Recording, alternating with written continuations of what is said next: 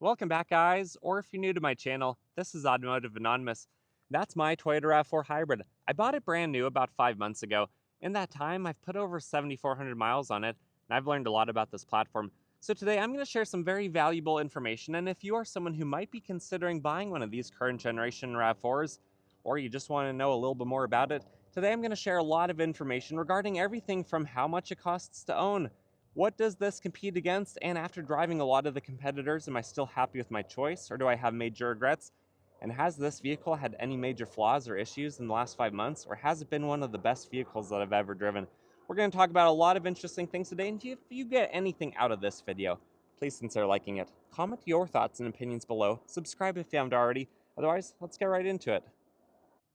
And we're going to start with cost of ownership. Overall, this has been a pretty affordable vehicle, but all of our situations are going to be different. When I purchased it, I did trade in a paid off vehicle and I paid the cash difference. So I had no interest, I had no extra charges or fees beyond the basic price of this vehicle, which mine I think MSRP'd for about $38,000. So since then, I've only had to pay for gas, registration, and insurance.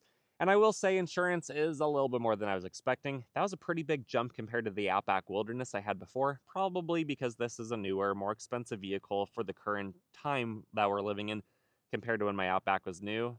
So I do pay about $97 a month for insurance, depending on how many days are in the month. I honestly wish that number was closer to 60 like it used to be on the Outback, but it is what it is, and it's well worth it. This does get around 36 mpg in my daily commute. It is fairly warm now. We're getting a lot of 50 and 60 degree weather, so I don't have to run the HVAC too much. But on that 14.5 gallon tank, it is easy to go well over 400 miles before you have to worry about starting to put gas in. And because I average about 36 miles per gallon and gas is less than 360 a gallon here, that's less than 10 cents per mile, which I feel like is a pretty decent deal. But keep in mind, if you are new to my channel, I mostly drive interstate speed and highway, so 60 to 80 miles an hour. I honestly get very little use out of the hybrid system in this variation compared to you guys who drive around the city most of the time. If I drove solely around town, I could probably get, 40 to 45 mpg regularly. But because most of my miles are highway and interstate, I only average about 35 or 36. And I will say one of my biggest concerns prior to purchasing this and during the first few months I had it was how is the electric all-wheel drive system going to do? With a 60 to 70 horsepower electric motor in the rear creating the all-wheel drive system, otherwise this is just a front-wheel drive vehicle. It has a transversely mounted engine. There's no physical attachment from the engine to the rear wheels. So although this is all-wheel drive, not every all-wheel drive system is created the same. And where this is kind of a reactionary system where the wheels will start kicking in once you're already slipping and later than a Subaru or a Mazda would kick in, I was a little bit worried about how this is going to do in our winters, where we sometimes can get 6 or 7 inches of snowfall in one snowing anyways. So after about a month of ownership, I did put on these Geolandar all-terrain Yokohama tires that are snowflake mounted peak graded, but I was able to drive this vehicle in snow, at least light snow, definitely lots of rain and mild conditions prior to the tires and then afterwards. The tires do make a big difference. This all-wheel drive system is absolutely not the same or as competent as a Tesla or as Subaru, but it still is better than I need in my area, especially if we're not going to have a ton of snow.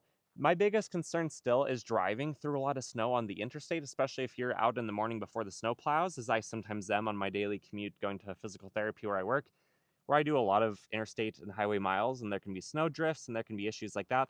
But having a good set of tires on the RAV4, it might drop your MPG a couple, as mine has, at least that's been my experience, but overall it's well worth the peace of mind, and you still have a temporary spare in the back.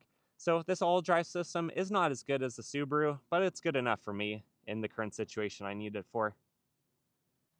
And since purchasing this, I've actually driven a lot of the compact crossover competitors to this, like the Mazda CX-50 Hybrid, which uses a very similar hybrid system to this through the Mazda-Toyota partnership that they have at one of their Alabama plants, or the CR-V Hybrid, which uses an Atkinson Cycle 2-liter engine paired to the electric motors, or even the brand new Subaru Forester Hybrids. I've driven a few of those, and while all of those vehicles have a few attributes that are better than the RAV4, they also have a few cons because every platform has its trade-offs.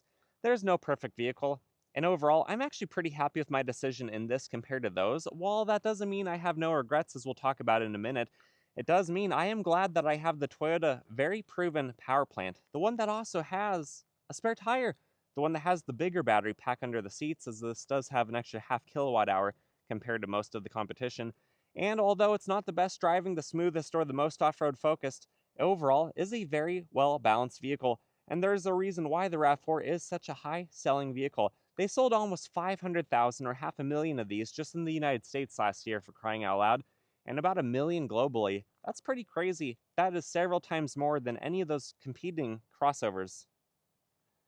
And one of the reasons why I bought the RAV4, and I think, a million people do globally, is because of the powertrain. Whether you want the hybrid or the non-hybrid, you get a big displacement 2.5-liter Atkinson cycle engine that most importantly has D4S, so it has direct and port injection, so it's a very good system at keeping the engine clean, keeping the engine efficient, and that's part of the reason why even the non-hybrid RAV4 is rated for 27 city, 35 on the highway, and then this one with the hybrid component can bump that number up to 41 city, 38 highway.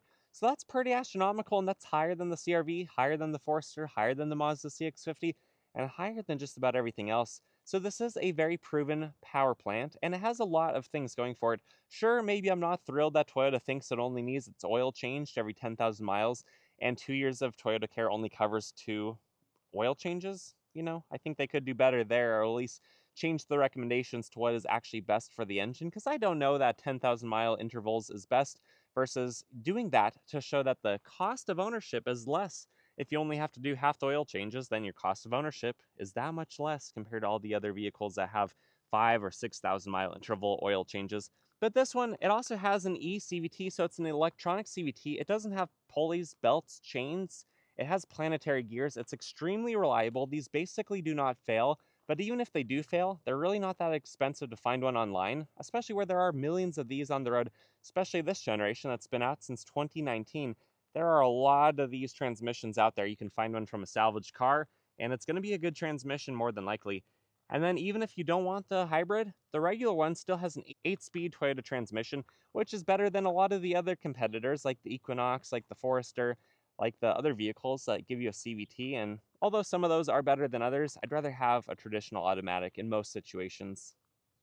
And while there are a lot of bugs and dirt and things that can be washed off on the front end, and on the shiny black exterior pieces, you can really see a lot of that showing up. It doesn't look very good. But on the silver, on the Celestial Silver, it looks a lot better.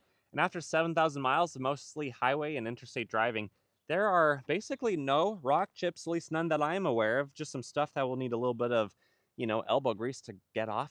And no cracks, no hits on the windshield for rocks, which is pretty cool because a lot of the other daily drivers I've owned, they've been more prone to getting rock chips. The most extreme vehicle I've ever owned is probably my FJ Cruiser that had basically a vertical windshield catching everything and cracking on like every other trip, it felt like.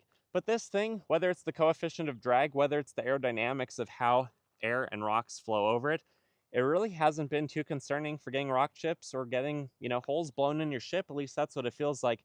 And that's pretty cool. And I do think that the silver paint is holding up really well, but my vehicle is garaged, thankfully. And this vehicle just drives really well. It feels like a little tank, kind of like my FJ Cruiser, my Tacomas. I mean that not in that it's a comfortable ride, because it is a little bit bumpier. It is a little bit rougher riding than a Subaru Forester, like what we also own, or the Outback that I came from. It definitely does not handle like those. It doesn't take corners nearly as well because the all-wheel drive system puts this at mostly a front-wheel drive car. So there are some limitations there compared to other vehicles you might cross-shop this with. But overall, it feels rugged. It feels tough. It feels like a 5th generation Toyota 4Runner, where it just feels like it's not going to break down on you. It's not going to go anywhere. It's not going to leave you stranded. And honestly, that's part of the reason why I wanted to buy this and try one of these platforms. I haven't owned a Toyota for 5 or 6 years prior to buying this one. I kind of switched to Subarus because I thought the value was better. And while even day number 1 driving this home, between towns where I bought it from, I did feel like, did I make a mistake? This vehicle just doesn't handle or ride as smoothly as the Outback that I drove down for the day to pick this one up. But overall, I am still so glad 5 months later that I bought this. Having the Atkinson Cycle D4S engine and the CVT that you have to change its fluid at some point, but some people have gone 400,000 miles without, and they haven't had any issues. It's just a testament to how reliable this powertrain is. And where I do drive 200 to 400 miles a week on my daily commute, depending on what my therapy workload looks like, and if I travel for videos and stuff like that, it's really important to me right now to have the most reliable vehicle I can. Sure, anything could happen. You could always be hit by a bus. You could always be in an accident. Something could break. Everything mechanical can and eventually probably would break, give it enough time and use. but overall, there's just some peace of mind for me that comes to driving this. If we're not going to have crazy winters with what the climate has been lately, and I don't need an all-wheel drive heavy-duty vehicle all the time, then this being a little bit more economical is just fun to drive. It's cool to get 36 mpg, even on the highway, compared to probably 26, 27 on the highway in the outback wilderness. I guess that right there will offset the increased insurance premiums, but overall, it just feels like a good, reliable vehicle, and it's one that I've enjoyed driving, even though, like I mentioned, it's not the smoothest, it's not the quietest either. There are occasionally weird creaks and rattles that come and go. It still is a Toyota, and there's a lot of peace of mind that comes with that, especially where this is a naturally aspirated one. Overall, my ownership experience of this Toyota RAV4 has been basically what I've expected. It's been really good. It's been a reliable, dependable car. Having a spare tire, I don't have to worry about if I ever have a flat on one of my all-terrain tires on the road. I know I could at least swap out the tire and get to where I need to be, unlike some of the other hybrids that don't have one. It gets better MPG, which is more convenient 90% of the time when you don't need a better all-wheel drive system. And last winter, I did not need a better all-wheel drive system with the weird wonky low snow situation that we had local to me. So overall, it has been really good. It's not overly expensive to run, to operate, especially the MPG. The insurance, that could be what gets you. I think a lot of people are probably going to have a higher insurance premium than I have, or we do have multiple cars, house, all the different things on the policy, clean driving record. So at least $100 a month is probably what you could expect. But overall, this is a Toyota. It's supposed to keep its value. It's supposed to be dependable. This is one of the last really reliable Toyotas. It has the powertrain that everyone wants, the electronic CVT, which others are now trying to copy or trying to borrow technology from. It's a good vehicle, and I've had a great time owning it so far. It's actually so good that in another video I mentioned I might be willing to get the new generation RAV4 because I want to test it out for you guys, and I want to see how it competes against this. Assuming it is a progression in the RAV4 formula, and it's not a regression or it's not something that we didn't ask for. So I guess we'll see what happens, but overall, I highly recommend this. But just like every other vehicle, it's not perfect, it has its flaws.